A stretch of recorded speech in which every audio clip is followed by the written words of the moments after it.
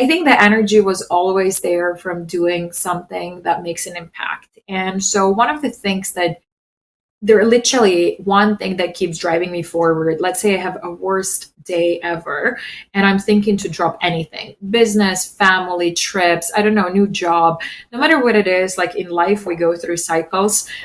That particular moment, there's going to be a message flying to me at me from anywhere. It could be like a LinkedIn message, it could be a person I'm meeting on the street, it could be anyone, just like people randomly calling me and they are saying, hey, you know what? I just needed to tell you, remember that training 7 years ago that you did? That changed my life. Don't stop doing that. And I'm like, why? Like, where is it coming from? And I've had like literally probably hundreds by now situations like that. The more I spend energy, the more it comes back to me. I do need to recharge my energy, but it always comes down to because I 100% still believe in good in people. And I believe that I can make an impact in the world.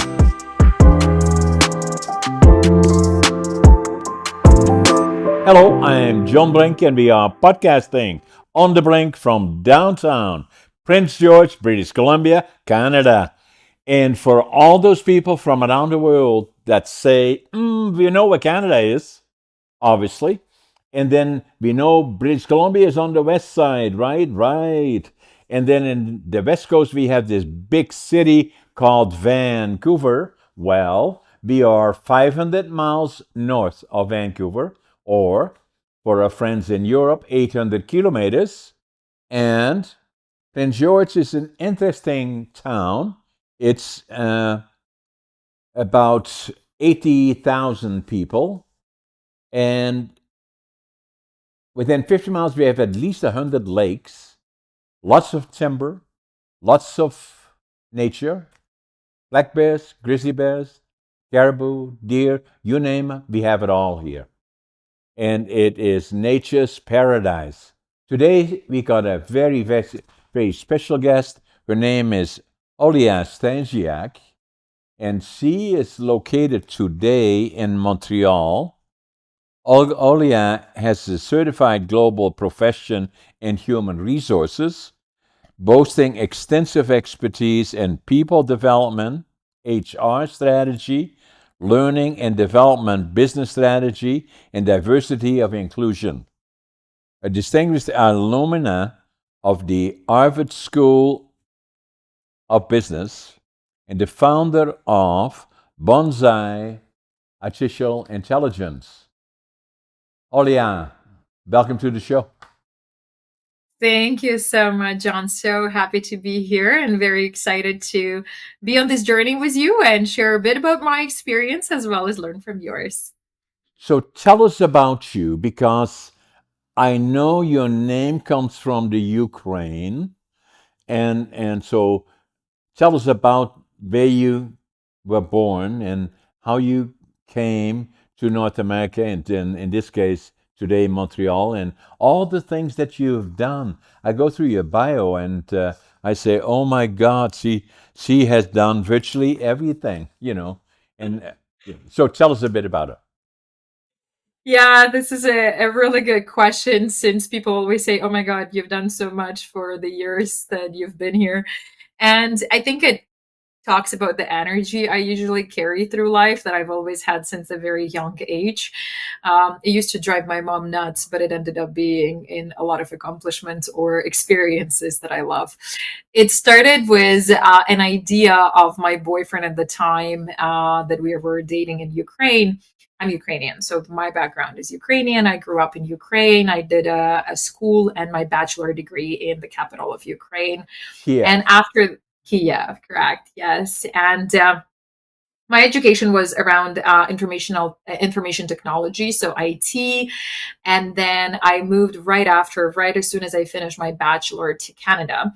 And the journey, a kind of a fun, weird journey, started right there because there were five of us applying for visas, including my partner at that time. And five of us, out of five of us, four of us were from pretty good families who can cover the costs and, immigration, except me. And so ultimately, the guys were, well, they were like, we're okay. We're going to help you out at the first time. And I was like, okay.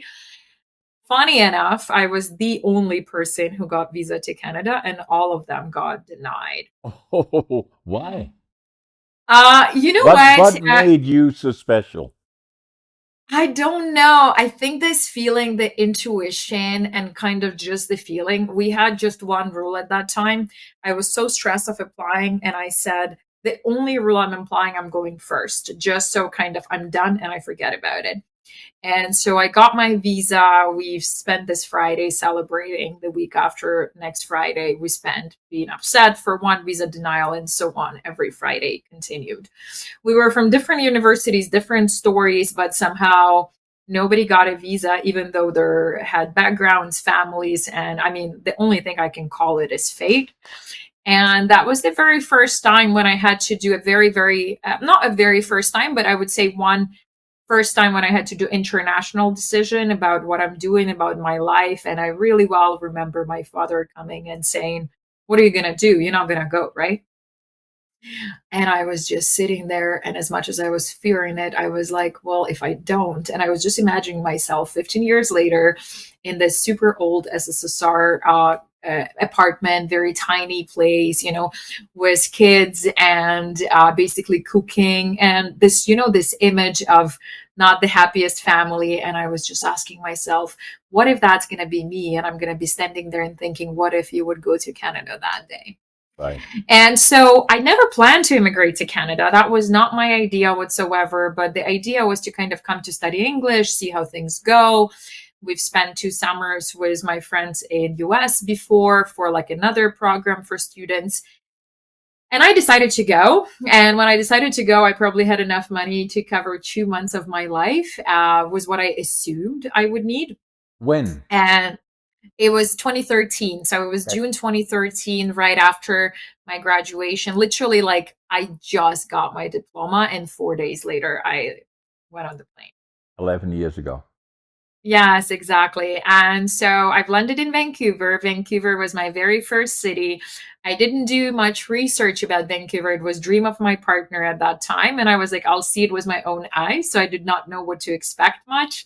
I did not know where it is, to your point. I was like one of those people who live somewhere in Europe and assumes that there are only bears in Canada and it's always cold. So I was definitely one of those people. So how long were you in Vancouver?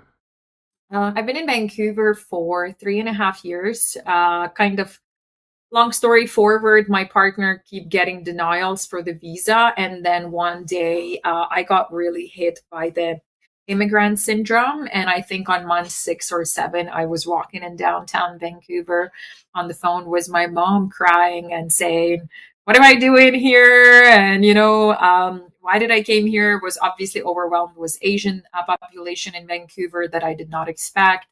No French, super far, not a lot of friends at that time because I was trying to stay away from people who speak Ukrainian or Russian to learn English. And in downtown Vancouver, there were not that many at that time.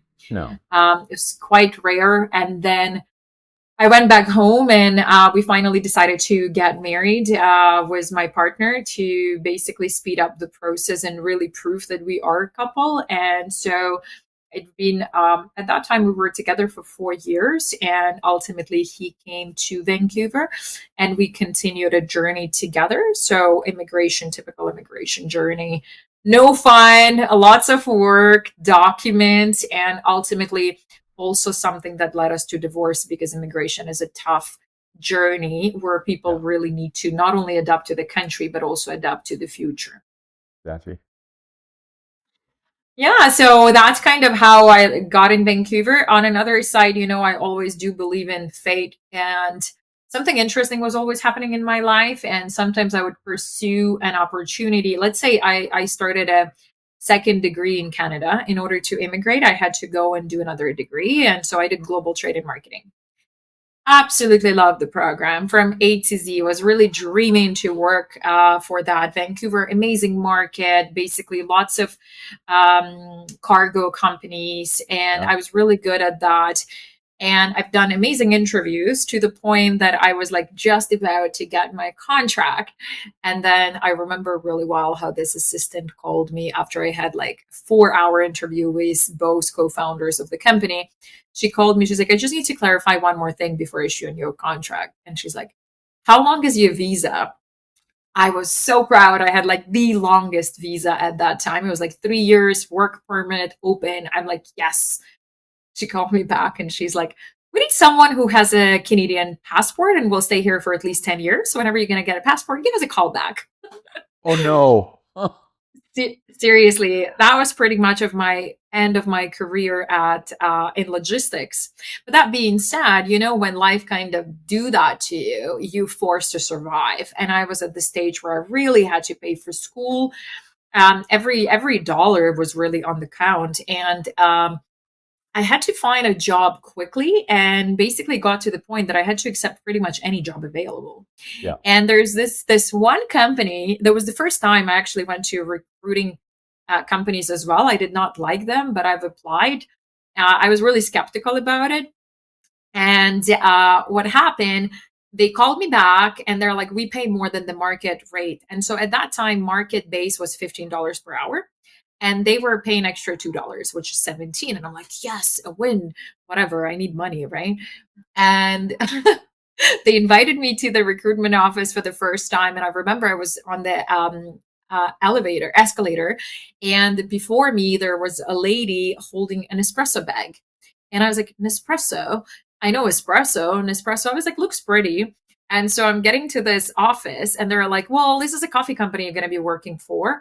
Do you know any coffee companies? Can you guess? And I'm like, I don't like coffee. I don't want to work for a coffee company. And I'm like, I just saw that bag. So I'm like, Nespresso. She's like, right. How did you got it? I'm like, so funny. And the same day I went in for the interview in the store, we also had like a super quick 7 minute interview because team asked me a few illegal questions, I think, and they quickly tried to shut it down. And that's how I started by total mistake working at Nespresso. Was like literally my life turned around in 2 weeks.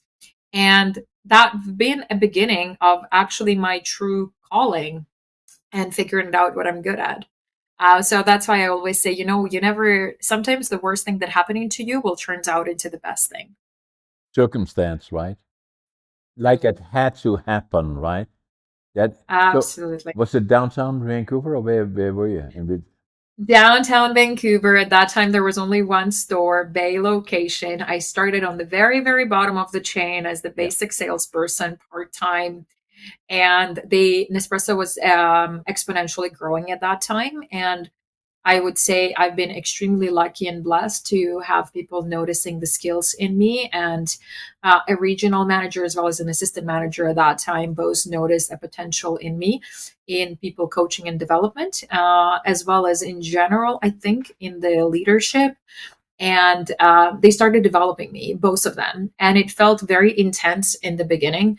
Some I remember my test, like my assistant manager was doing very hard tests on me to the point I cried. And until this point, only two of us knew about this because I said, you do not ever tell anyone that I've cried. Yeah. But it happened. It happened. It was so intense. At the same time, I was blessed that I've had that because they've really explored in me what I was good at, was naturally breaking down complex information in easy way to people. And that only happens with me in the training room. Yeah. And so there was like something magical about me and training. Yeah. So that brought you in the direction of human resources. Correct. Yeah. So Nespresso was a journey of 4 years where I grew exponentially. I was basically promoted pretty much between every 2 to 9 months. Even though Nespresso policy is usually you can get up one level, no, not faster than once per year. So they have very strict policy. You have to deserve it. And somehow the journey was just like a bit crazy. And there, you know, I was at the right time, was the right skill set, and was the desire to learn. And I think that was the most important. I was ready to do any kind of work, and I was like this sponge learning from everyone. even though I do have this like habit of the first time when somebody tells me something heavy, I would usually push back. But then I would go in and I would think about it and I would apply it and I would test it and I would question. It was like why people would train me this if it doesn't work. And then I would go in and test it myself. And that what brought me to first a team lead position. Then I moved to a new store when we were opening. Then I moved to an assistant manager position in Calgary, and then I was lucky enough, again, the circumstances. So Nespresso at that time was revamping the whole concept of their stores across the world, based in Switzerland, super picky on their leadership roles. To get like assistant manager or manager role at Nespresso, you really have to like work hard, but also have years of experience. And so what happened at that time, I moved to Calgary because Vancouver was so expensive to survive. We couldn't really survive with my partner at that time. And then we also had to make final decision for a marriage. So for us, move to Calgary was, hey, like let's give a last chance to a marriage. If that doesn't work, because he used to complain that it's the city problem. And I was like, okay, I'll start from scratch. Let's do it last time. And so we did that. And then I transferred with Nespresso. Ended up being we didn't save the marriage because the problem was not in the city, it was in the marriage. Yeah. But at the same time, I got this beautiful opportunity to do two things. First, Nespresso decided to open a flagship new concept stores. Nobody knew how to do that. Nobody knew, like everything new. Layouts, accessories, uniform, the way you train people, the way you do customer success. And so they opened the first store in Cannes in France. The second store they opened in New York. And the third store was supposed to be in Vancouver in Burnaby. And what happened, the delay happened there and ended up being they opened the store in Calgary in Chinook. So I was opening the third flagship store in the world by myself without a manager because they couldn't hire a manager on time, with a team of 25 people, way under experience based on Nespresso norms, but the only person kind of capable at that time. And they did trusted me to do that, was less experienced than usual. So first, that was like massive experience that wouldn't happen if I would stay in Vancouver. No. Second, at the same time, as I was kind of frustrated with my marriage and stuff, but I also always had this business mindset. I was at the point I was like, enough is enough. It's time. I want to try something new. And I said, I'm going to open this flower store, online flower store on the side. And it was my very, very first business I started in Canada that also simultaneously picked up was my career. The business picked up as well. And I was at some point deciding if I'm staying in the marriage and then continuing the business, or I'm actually leaving the business and choosing to be happy and kind of start the life again. And so it was crazy journey. And I was only in Calgary for 8 months, but all that I do still call it fate. Yeah.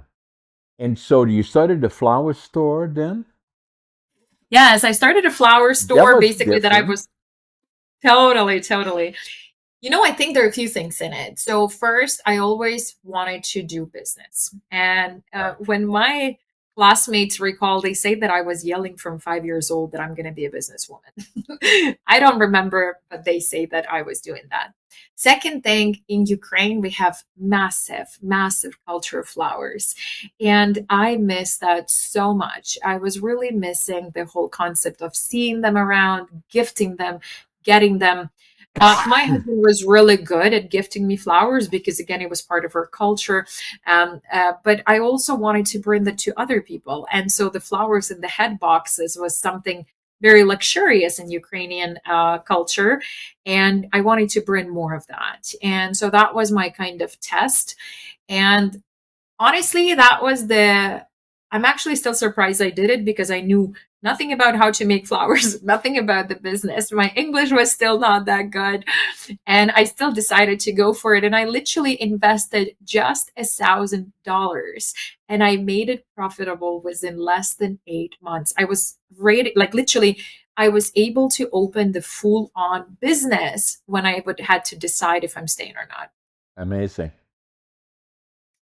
Yeah. And It's crazy because that's the moment when I had to decide if I'm staying or leaving. I was, so a few things were happening. I was making changes to my marriage. I also was at the great role at the store that I've been working at, Nespresso. I had enough energy to manage flowers and the store. Loved both. Both were going great. And I got an opportunity to join the national training team at Nespresso head office. And that ultimately was the dream of 3 years. The first time my regional manager at Nespresso saw my skill, he said, one day when there is an English trainer role at Nespresso HQ, that has to be your role. And when the training team came to train us, he told them, whenever you have this opening, that's her role. And so that role came up from nowhere.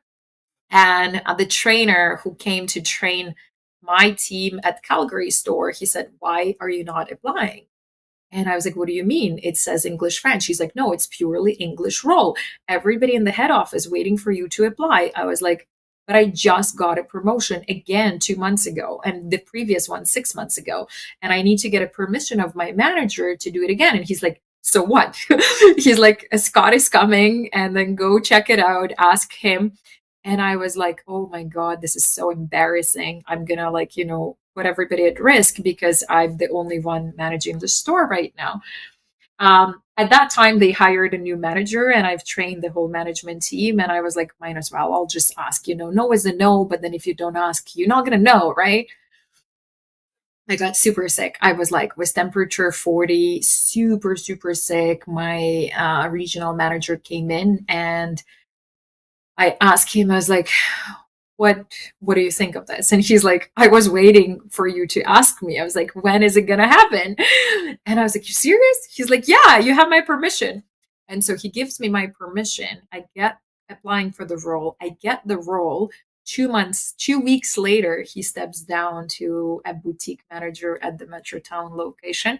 And it was his last gift to me before he stepped down. And I was like, how generous that move was. And I got my location, my position in Montreal, and I moved to Montreal headquarters. And when was that?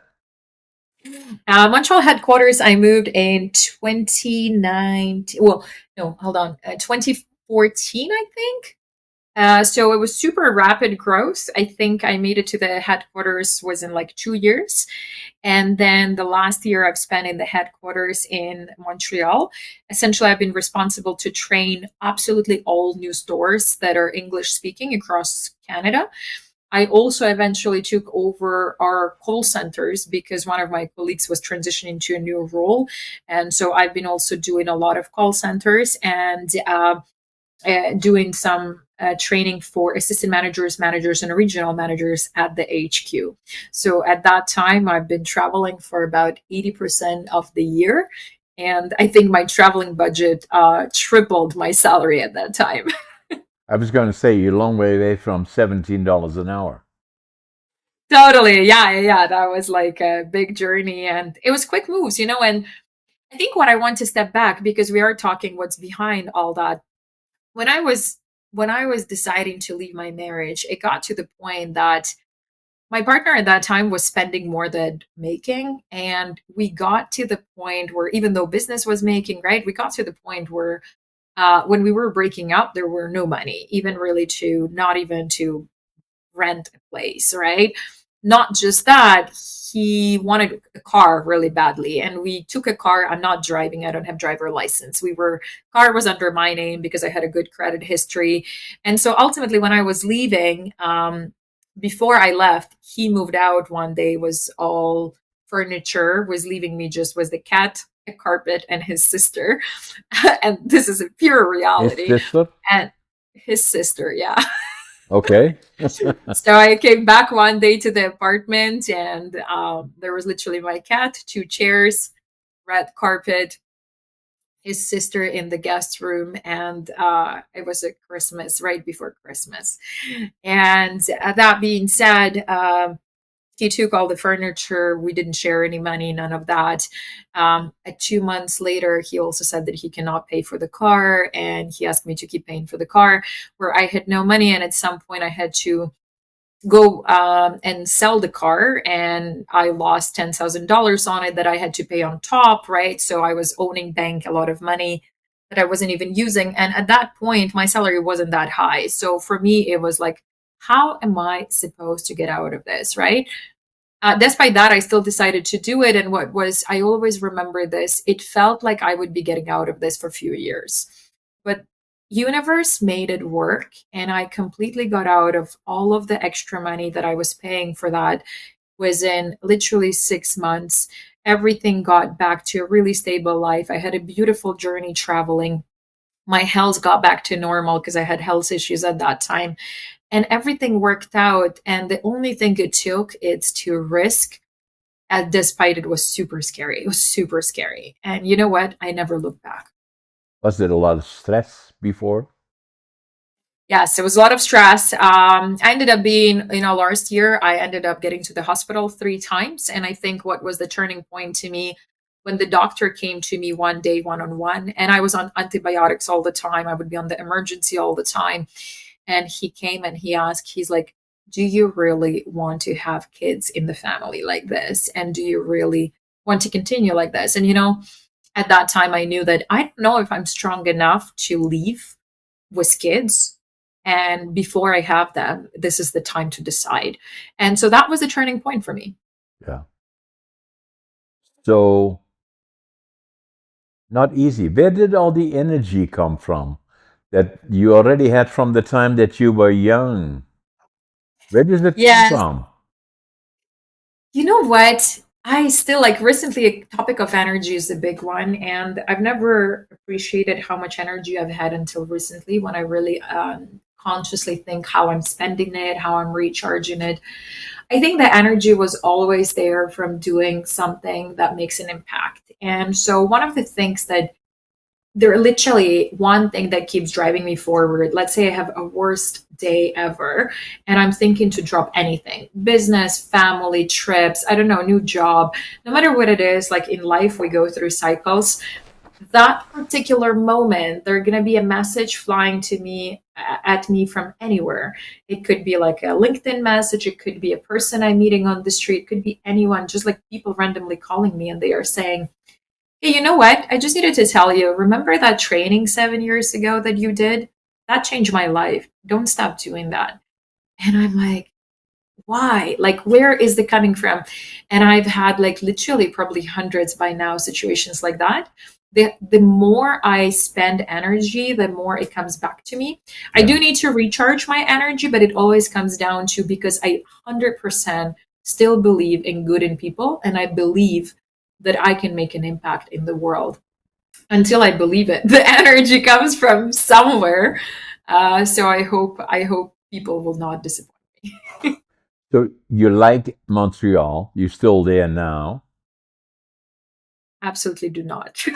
You don't? and and right now, all people who hear me from Montreal will say, "Oh my God, I hate her." So this is my very honest story. I actually love Montreal. I think people should visit it. It's a beautiful city. It's an amazing city. Has a lot to offer. I live in the best area. I used to say, if I'll ever live in Montreal, I live in Old Port. And I do. And I did exactly what I planned to do. I absolutely love it. But personally, for me, it's not my city for life. It doesn't feel like it. And people sometimes say, oh, any city is better. I've been in a lot of cities, to a lot of cities back and forth, including Montreal. I gave Montreal a lot of chances. Personally, for me, just doesn't motivate me. So I feel my energy is not spent full speed here. And that's the only reason why I right now don't like being here, because I feel I can do more, I can do faster, and I can help more people. And that's the only reason why I personally right now planning to move. And the reason why I'm here because I was lucky enough to have an apartment here. And during the time when the war in Ukraine started, that was the fastest way for me to bring my parents. So the choice was simple. I didn't care about the city, I cared about my family. And I brought them here. My mom and my dad are with me. And I wanted to make sure they're comfortable. They are now. And now I finally can start moving on and building on my story. Yeah. And so what are you thinking? What direction? You know, probably go to the west side. If I would do a proper manifestation and say it aloud, and my perfect flight right now that I would wanted to see a couple times or 3 times per year would be New York, Singapore, New York, Singapore. So that's if I would have a choice. And both cities resonate with me really well. They have a lot of tech. They both tech hubs right now. They both have a lot of energy. They both young. They're very different. They both have this one beautiful thing that is super important for me. I think every person have to come to the point where they need to understand what's important to them in the morning, in the afternoon, in the evening, on the weekends, in the relationships, at work, in friendship, and so on. And one of the most beautiful things for me, somehow, I spend so much energy. I'm so fast. My days could go crazy. People always say, you accomplish 4 years in a year. And I love it. And you know what? The most satisfying thing for me and the end of the well spent energy day is to sit and watch a beautiful skyline, very bright skyline of powerful city where I can enjoy it with my book, with the fireplace, glass of red wine if I want to, and good conversation or just like a jazz music. And so far the most beautiful views of that skyline I've seen have been in New York and in Singapore. And if I'm working super hard in the end of the day, I want to see that. Yeah, beautiful. Now, the other part, Olia, is artificial intelligence. Yes. So, everybody, not everybody, but a lot of people are afraid of it. And the genie is out of the bottle. It will not go back in again. And in my opinion, I'm a little bit older than, quite a bit older than you. I'm going to be 84 November the 1st. So, but I like technology. I still watch all those things. And I believe AI will change the world. Everything Absolutely. about I it. agree with you. What do you think would be the most impactful? But it will affect most, you say? Yeah. Mhm.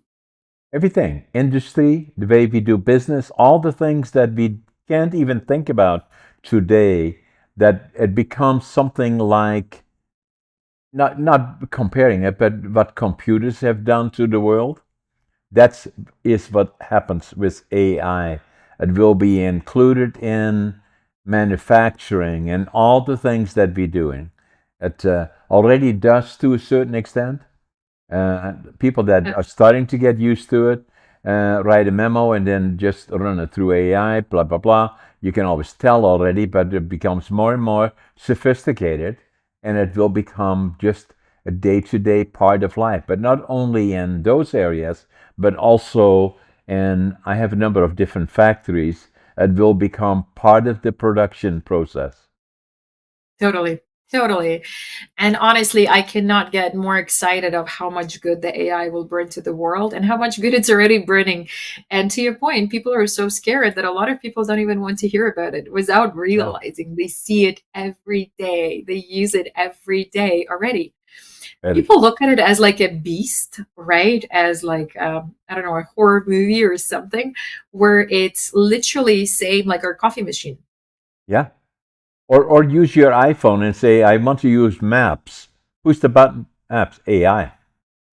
And, and, Totally, and totally. so many of these other things. Writing books, writing articles, all of that, it's already part of us. The genie is out of the bottle, and gradually it will go further and further and further. So, how does it affect you? And as you look forward, where does it play an important role in your life? I think I'll backtrack for a second just to say what I'm trying to tell to people at every speaking event I'm attending. And I'm saying that we asked for it. First of all, we literally asked for it. We got what we asked for. And the best way for me to compare it, we used to drive horses in the past. We loved horses. It was great. We were doing so much with it. But we were considering, well, horses does not allow us to move so much cargo. Horses do not allow us to move as fast. It's cold to drive horse in winter, right? And horse needs food and so on and so forth. So we were asking for better way of doing it. Cars came out. And so ultimately, nobody said horses are bad. Nobody said cars are bad. But cars allowed us to do more business faster, travel further, be warmer, and ultimately be more advanced in everything we develop. Exact same thing with AI. For years, people were complaining day in, day out. I don't want to do this boring operational tasks. I'm so slow. I'm doing the same thing over and over every day. I love my job except this operational tasks. So here we are. AI came in and it literally, what it does, it takes away a boring job that we hated. Something that literally has a pattern that can be repetitive every single day, that could be automated and leave us finally with what we always wanted to do, to share our opinion, to be creative, and to really develop something new and creative. Is it easier now? No, it's not, because AI also makes our life so much easier that a lot of people don't want to brainstorm. That's another question. But that being said, AI literally accelerates things that human brain just could not physically achieve, just because of the way at the speed we move. Back to your question about me. So I think what was the most fascinating for me when I got to accomplished a lot of great things in learning and development. I worked at Nespresso, then I moved to a software company where I built a whole learning and development team over 3 years, exceptional program. Then I moved to another big enterprise in Vancouver, where I've also started doing that. And I've asked myself, hey, like, can you actually help more than one company every 3 to 5 years? Can you do it faster? And then I've asked myself, where are you the slowest, right? And so when I was trying to figure it out, what makes me so slow or what makes me frustrated about my work, I came up with these two things. The first one was videos. So in training, when you do training, it's okay if you need to do one-time video. But if you have 300 courses, each course has like 5, 10 videos, creating that in multiples is absolutely impossible with Video Studio. And videos at the same time is literally the best way to train people, because 70% of people are visuals, especially if it's well done. Then you're going to get a really good retention and people are engaged and so on and so forth. Another problem we've had, it's like when my team needed to create a training that they did not know about, let's say finance or new coding language, something that we by default cannot know, what we would get from experts in that department, we would get a bunch of documents and they'll say, hey, figure this out because we don't have the time to sit with you. So in one case, one of my team members had to learn SQL coding language for 2 months, then spend 2 months building the training, then ultimately deliver it. But he was never an expert. And that was not a good way to do it.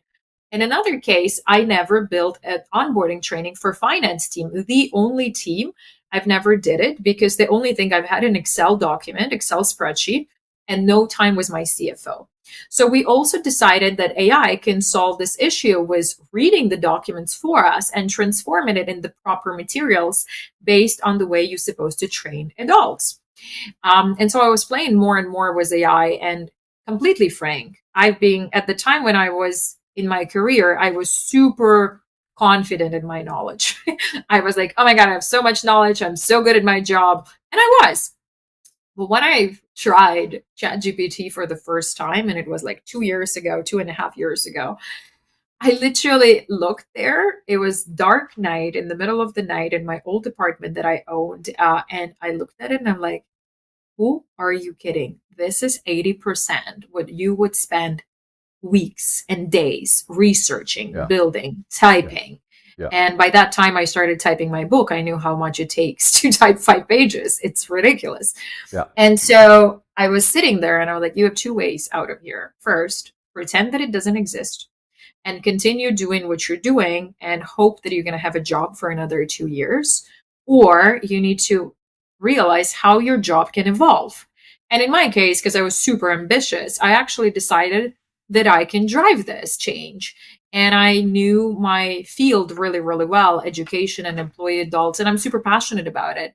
So I've decided to actually start a software company that will automate that, And instead of, so a lot of people were pushing me towards consulting at that time. And consulting, it's in the way you're coaching people the best practices, but they still have to go and do it. And in our learning and development field, it's so heavy and hard, everything you need to do.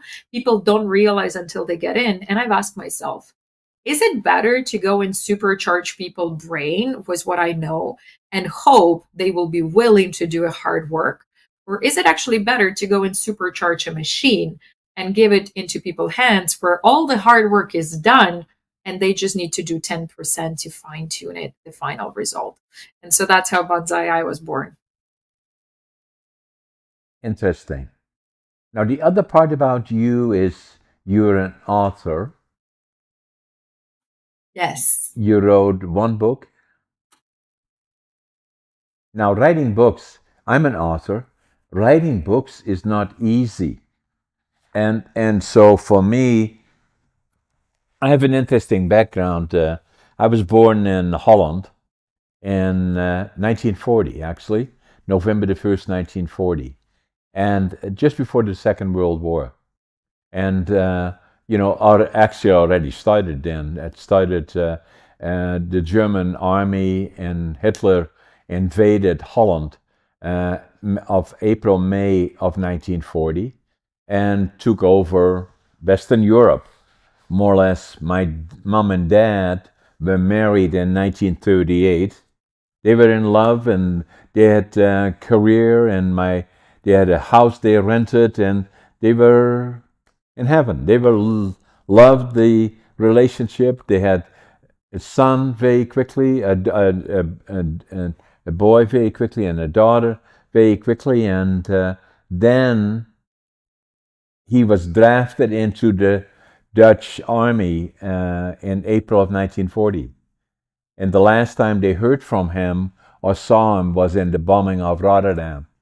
And then for 5 years, they would not know if he had survived or he died in Rotterdam. And so my mom then initially had 2 kids, and then I came along, the third, then in November. And so the 3 of us and my mom went through the world of war, and you so familiar with it because we see that now in the Ukraine and all the challenges that go along with it.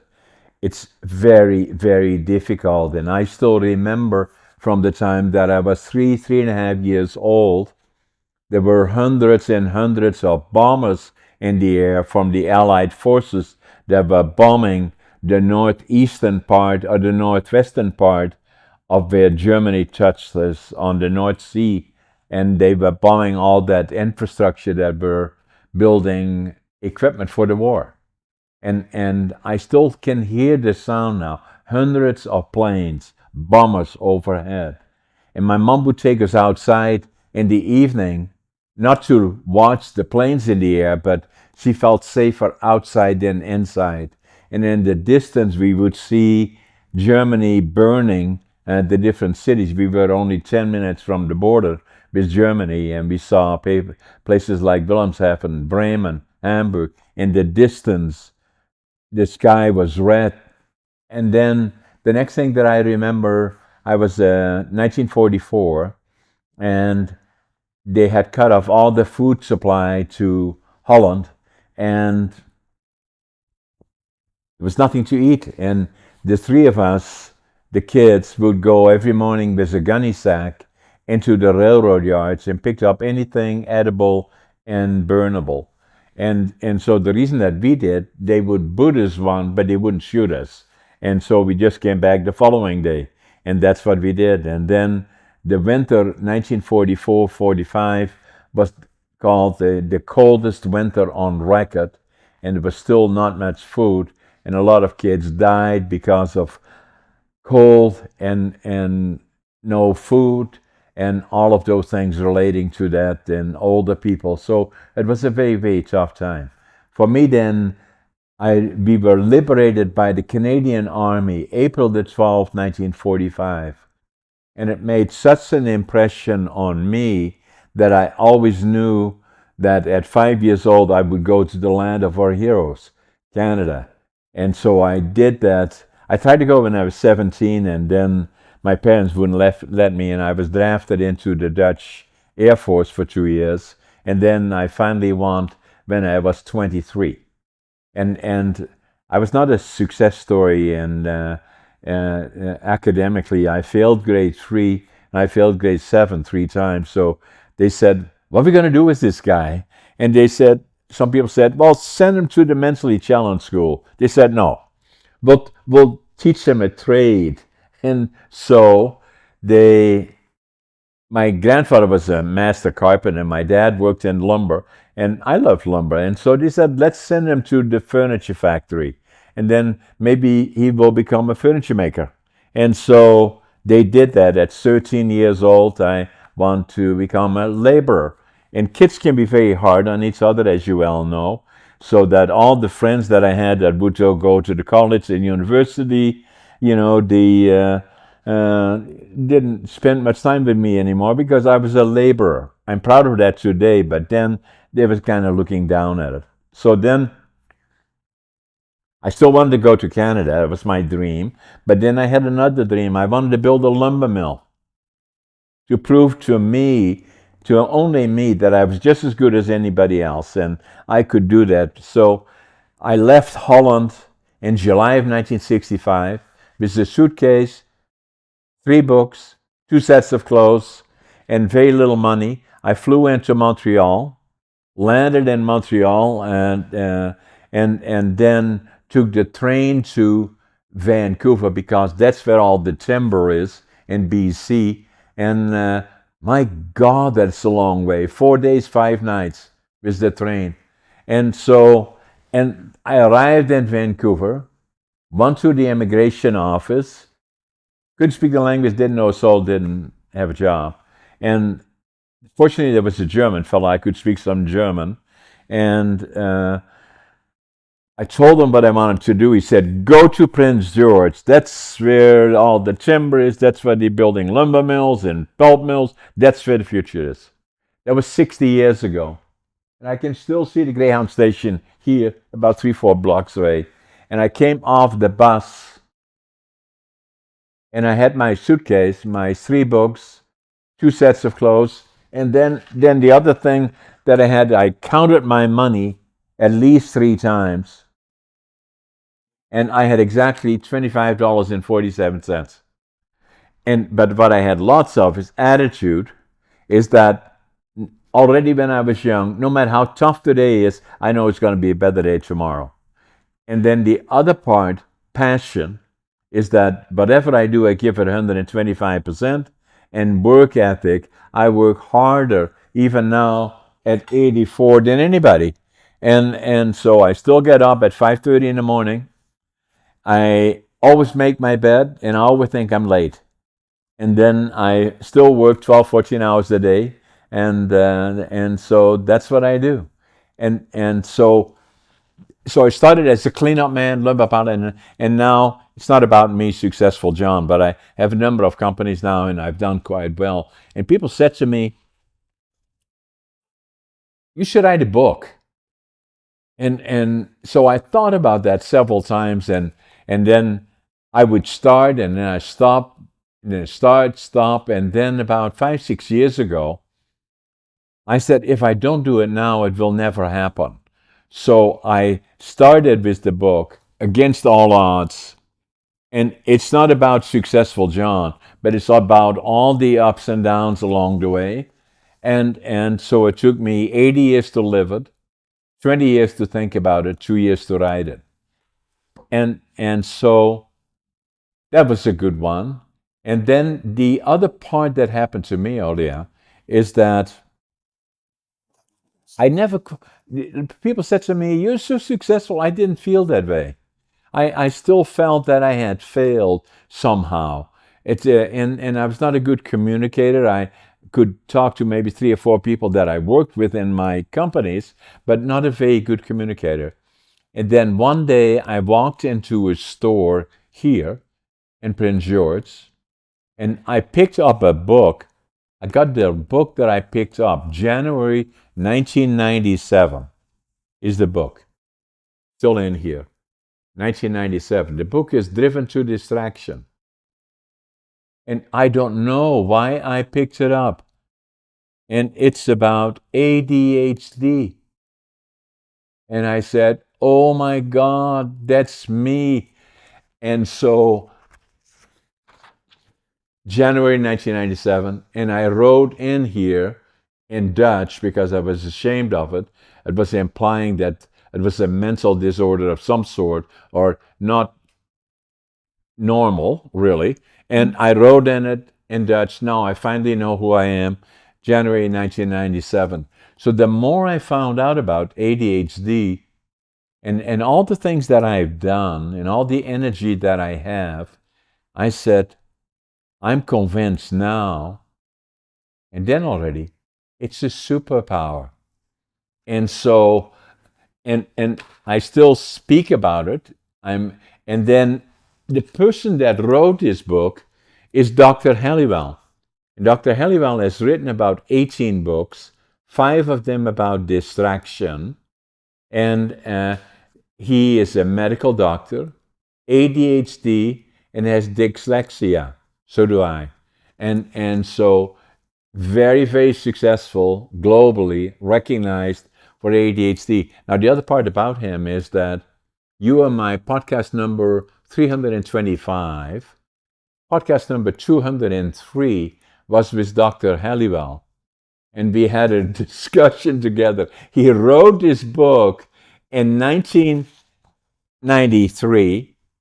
I bought it in 1997, and it changed my life. And so I had a podcast with him, and so I know more about ADHD now. And initially, I thought maybe 8% of the population, but the more I got to know about it, it's more like 20%. So when Dr. Halliwell, he's the expert, not me, I suggested that to him on my podcast, and he said, no, John, more than 25%. I agree with them. Now, the other part about it is that was interesting is with all the things that I have done and companies and boards and directors and all the other things. I'm very active now, involved in a lot of things where I meet a lot of leaders. I have found that at least, and I suggested this to Dr. Halliwell, that I believe 50% of leaders, successful leaders, in either entrepreneurs or CEOs, I suggested to Dr. Halliwell that I believe 50% of them are ADHD. He said, no, John, more than 75%. And I agree with him. And so, so that has become a part of my life. And I wrote a book about it, ADHD Unlocked. And so it's a story about me. And you can pick up the book anyway. You can write it, pick it up here, read it that way or the other way. It doesn't matter. It's written with an ADHD mind. So that's what I did. And so gradually I wrote more books, and I'm working now on my 5th one and 6th one actually. And but ADHD has changed my life. So has the writing books, and then I'm still very, very involved in business and very active. I love to interact with young people in particular about the things that we do and all the. I'm now a good presenter and an in-demand speaker, and obviously I'm very active in the media and especially in podcasting. Just a I little bit have about me. so many questions now. We have just a few minutes left, but first of all, honestly, first kudos, because I mean, I know what it means, and I'm so curious now.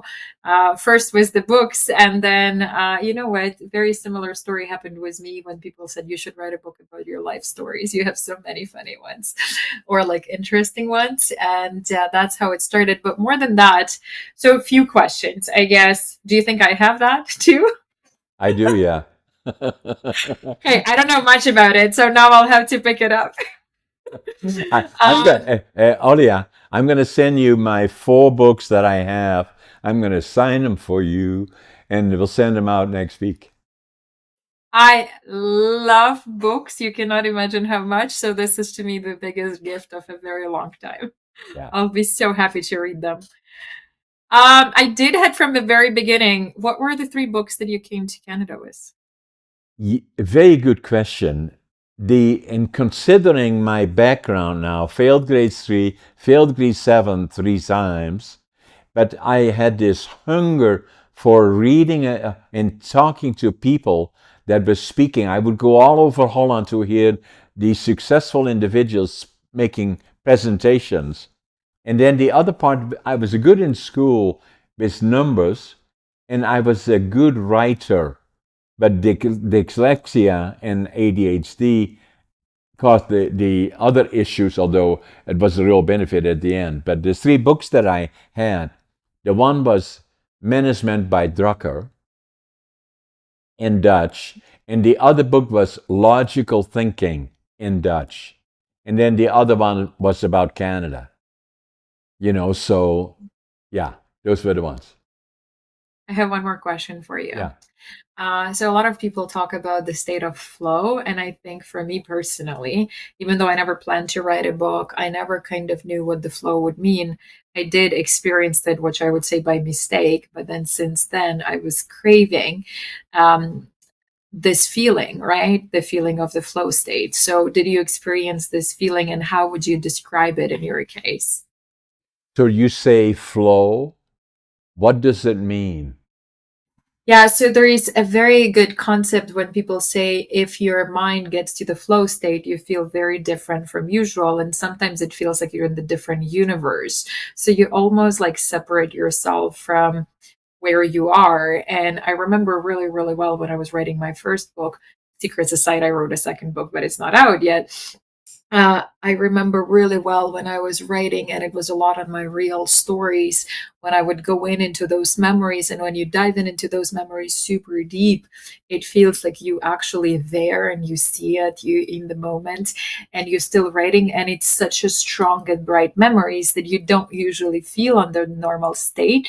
And then you also crave those. They become like kind of a drug. They became like a drug for me to go back to those very distinguished moments of my life and relive them very brightly. And that's what I think what I would describe my flow state.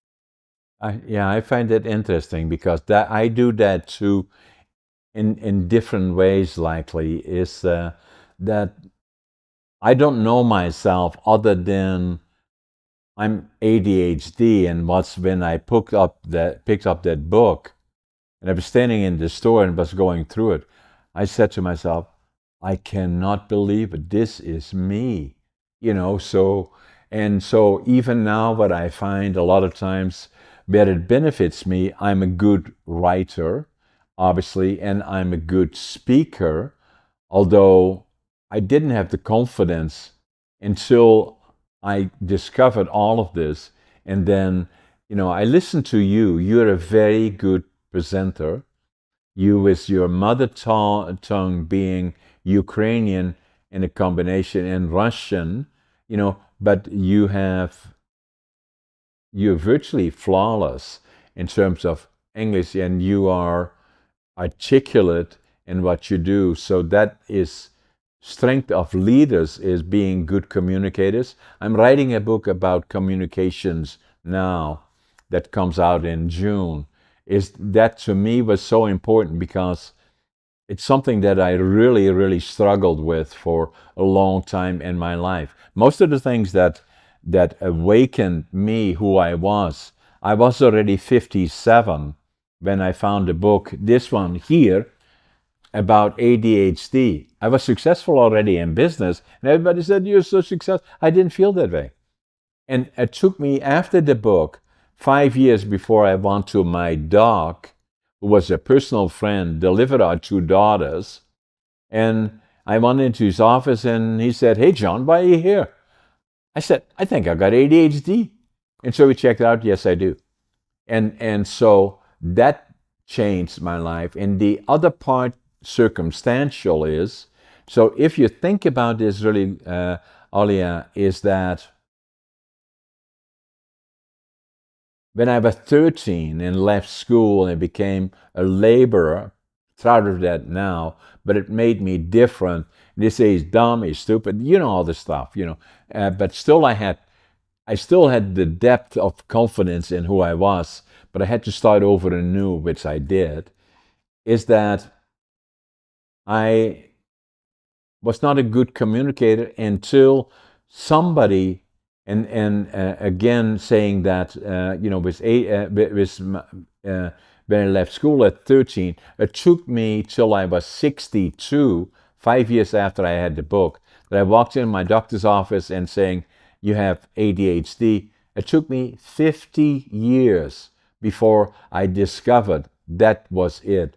And that's why I'm so proactive about speaking about it, writing about it, because I believe the frequency of occurrence is probably somewhere between 25 and 30% of the population, both male and female, although they present it differently than males and females. But that I believe, and so does Dr. Halliwell, that it is between 25 and 30%.